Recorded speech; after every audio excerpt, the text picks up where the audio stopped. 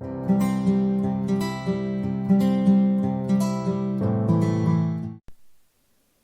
there, this is Katherine, and I am sharing a make yourself at home card kit. This is by Hero Arts and it is sold on Joann.com. It came with this instruction card, and then let me show you what the contents are. I saw this at Joann's online last month. I didn't get it because the stamp and die set that was in it was one I already had, but I thought it was an interesting concept. And I happened to see this on the website, so I picked it up. And you get in this July set, you get a bold confetti cling print. And then the stamp set is surprise gift. And then there's a coordinating die that goes with it. There is this large bag of sequins, very large bag of sequins, kind of a mix. And then there are a couple of ink pads. These are the reactive inks that react to water that I'm loving these days. So I was excited to see they were in the kit. I thought they were just regular ink cubes, and then I realized that they were reactive. So it's grape slush and blue raspberry on this. I'm just kind of squeezing that out a little bit onto a piece of paper so you can see the color. So it's kind of a tealish, and then that gorgeous purple. There's also a clear lacquer pen that I should have pulled out a darker piece of cardstock so you could see it, but it will dry clear, but there's some beautiful glitter in it. So it's hard to see on camera, but there is a little bit of sparkle. And then you also get some of these half pieces of cardstock. You get 16 pieces. So there's 4 of the yellow, 4 of the blue raspberry, 4 of the grape slush, and then 4 of the bright pink. And I used a good bit of mine, but I didn't use them all up yet. But very nice, high quality that you would expect from Hero Arts. So let's go ahead and get started. I'm going to begin by cutting some pieces of watercolor cardstock. I was in the mood to just kind of play a little bit. I wanted to create maybe some fun backgrounds with some of that reactive ink. And so I'm going to start with a piece of watercolor paper. I'm going to adhere that down into my stamp positioner. And then I want to, I've got a little water bottle that I use all the time that is from Ranger that I use all the time, and it is great for helping to create backgrounds too. So I'm going to ink up this background, and then I'm going to spritz a little bit of water on there, and then I'm going to press it onto my watercolor paper. So all of my background paper that I'm using is going to be watercolor because I wanted to use that reactive component of the ink. So you can see it turned out pretty good, and then I realized I still had a good bit of ink on there. So I wet it again, and then I sprayed my paper a little bit too. You can see I have a little bit more of a rustic, soft look with that. I'm going to set that aside to let that dry.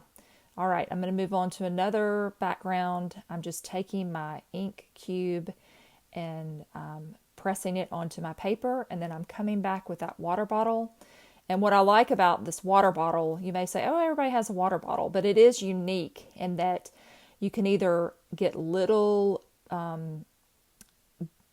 like a spritz, which will just give a little bit of fine mist, or if you hold it down a little bit longer, quicker, maybe it is, you get larger drops. So it helps if you want to do kind of a mixed media technique with that. So I'll let that dry, and then I'm moving on to the next one. I'm just swiping my ink cube across my watercolor paper. You can see it's given some nice texture there because my watercolor paper is not totally smooth. So it's going to grab that ink a little bit differently than if it was a smooth cardstock. Coming back, you can see I've got I'm making some larger droplets with that distress spray bottle.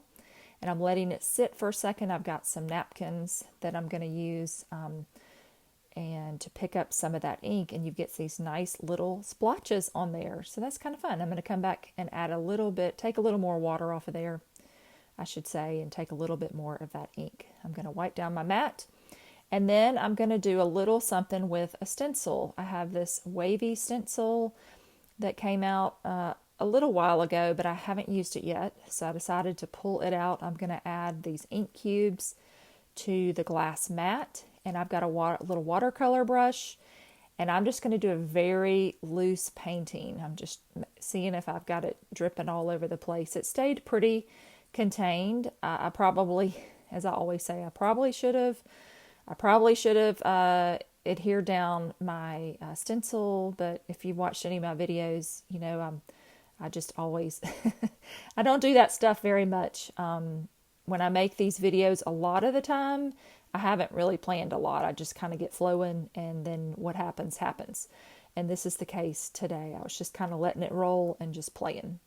So I'm going to set that aside to let it dry. You can see it's a little bit messy looking, but I thought that was kind of cool. And then I'm going to use the stencil again, and this time I'm going to decide to tape it down a little bit because I want to use my blending tool, and I'm going to blend the same stencil with my tool instead of just painting it with the water. But you can see how wonderful it is and how fun it is and how much it reacts to the water, which is just really a lot of fun to deal with. So I'm going to do the purple on the top. I love this color combination together too. It's a lot of fun too. And then I'm going to add the blue raspberry. I'm only going to do the blue raspberry. I've got to get a new foam pad because I don't have one yet for it, to the paper, and I'm just going to do 2 rows of it instead of doing the whole thing, the whole bottom half. I'm going to wipe that off so I hopefully don't mix too much of my ink together and get a big old mess. And then I'll finish the bottom half of my stencil with the purple. I think that ended up being kind of neat. I bet you could do a bunch of different combinations with that one. All right, so those are my 6 backgrounds that I have created. Now we're going to move on to making some of the components for the cards. I'm going to start with embossing. So I've got my Versamark pad onto this purple. I'm going to make sure it's nice and moist so I can add the embossing powder. I'm going to emboss these with white embossing powder. Now off camera, I'm going to do several of them. I just did the first one on camera, but I'll do all of them except for the yellow I'm going to do in white. I tried the white onto the yellow, but it was so washed out you couldn't even tell what it was. So I decided to do gold on that one. So you'll see later in the video the other pieces, that particular present will be a different shade. And that's what I decided to do to make sure it showed up. Okay, so now we're going to get the great reveal. This is just a basic white embossing powder, and that's my favorite technique, I think, of all time. It's the first technique I ever learned when I really got into stamping, and it was just like magic to stamp that and heat it with the heat tool, and then you see this raised up image. It was just, I loved it. I loved it, and I've loved it ever since. So if I can emboss, I am absolutely going to emboss. Okay, so I'm going to move on and make a shaker card with this first background. So again, off camera, I did all those presents that I will incorporate into a couple of cards later. But first, I'm going to start with a shaker card. So I'm going to begin by inking again with my Versamark. And I'm going to put my static tool on there. I'm going to use the gold powder again to stamp onto this background, making sure that I've got good coverage before I start adding that embossing powder on there.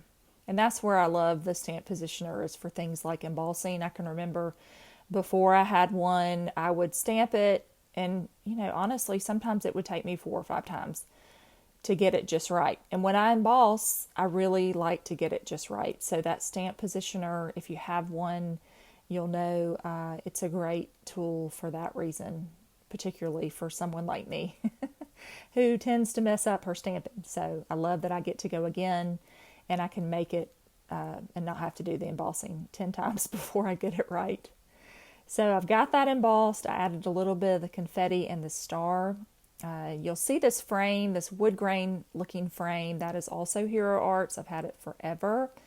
I'm pretty sure that is in my local Joann's store.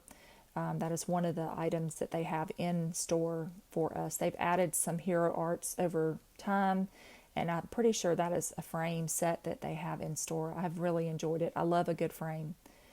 And I'm going to shake some of my sequins on there. You can see I'm adding some glue. I like to go back and add a few of the sequin mix all around so that when everything kind of falls in the bottom, which eventually it will, your sequin mix, at least there's a little bit of interest for someone to look at. So instead of just seeing nothing but the sequins at the bottom, I saw somebody else, that was not my idea, somebody else mentioned that several years ago in one of their videos. I wish I could give credit. I just don't remember who or what it was, but I do remember that idea, and I thought it was a great one. So I've got a piece of acetate, and I am going to work on my shaker card. I've got these thicker foam strips.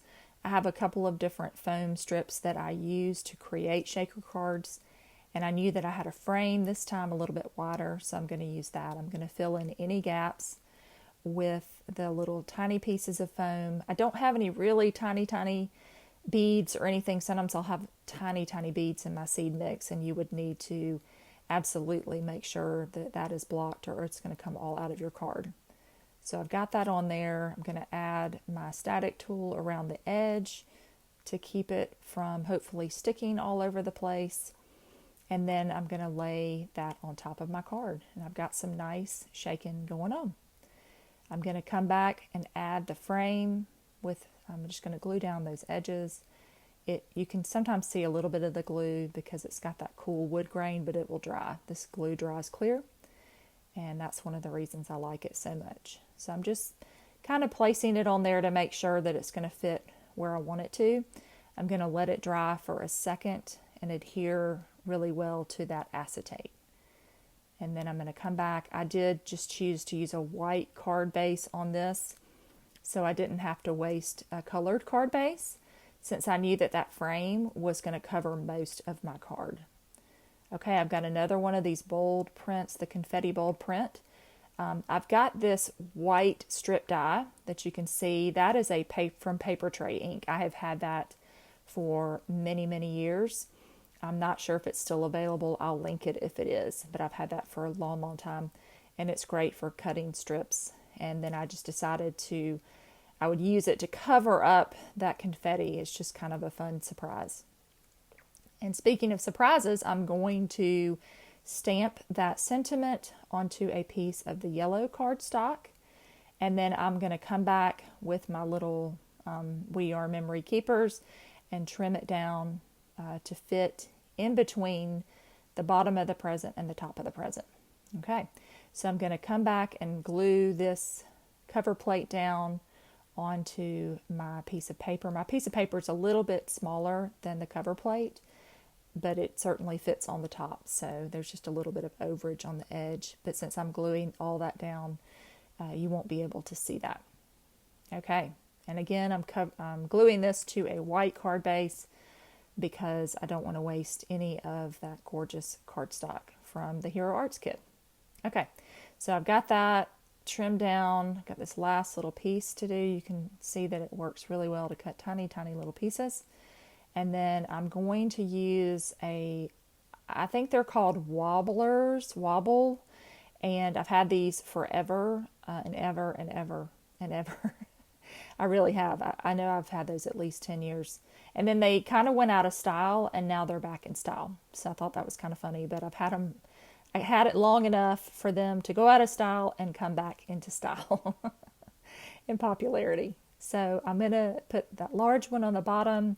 I'm going to layer that surprise in there, but then I decided that I wanted the top to give a little wobble as well. And I have some tiny wobblers. I have not had those quite as long as the big ones, but I'm going to peel off that foam that's on the back of the top of the present, and then I've got that little small wobbler that does the same thing, just in a smaller version, and I'm going to add that to the top. So that's a fun little surprise that you get when you open that up. I'm going to come back and add some of these. There's a heart and a star die. And so I had a little bit of the scraps, and I'm going to add these little elements all around just in paper. Instead of adding sequins on this one, I'm just going to stick to paper shapes on this one. And I'm going to finish it off with that star and the heart on the bottom. And that will be it. And I'm trying to glue that one down, and it's already glued down. So, okay, so moving on. We've got our dried background of the one that I painted with the watercolor marker through that stencil. You can see that's one of those pink presents that I did in the white embossing. I'm going to stamp birthday. This set has some really nice large sentiments in it, and they look really, really good. So I enjoyed working with those. My stamp was a little sticky, so it keeps picking up my paper for me. So I finally have to just wipe it off and then try again. So I've got a beautiful image of the happy birthday, and then I'm also going to come back and stamp that happy at the top, since they're two separate words, which is nice. I'm going to put my present on there to kind of position. I know I want to have the lid coming off of my gift.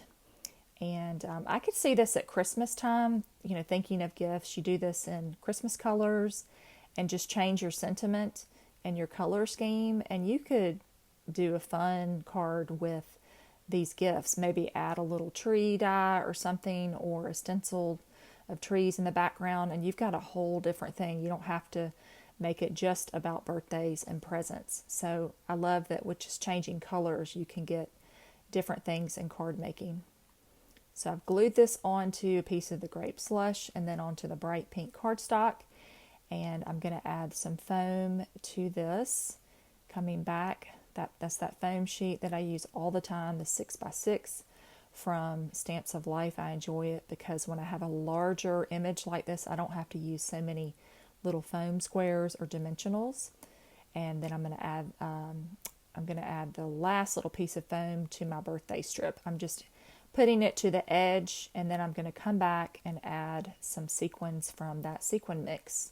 Again, it's a very generous amount to use. So I'm going to add some of the blue, and then I love they're these little stars. They're kind of hard to see on camera, but they're silver. And then there's some iridescent sequins as well. So you've got a couple of shades of blue, an iridescent, and then that's that pretty star. And it's kind of a silvery iridescent as well.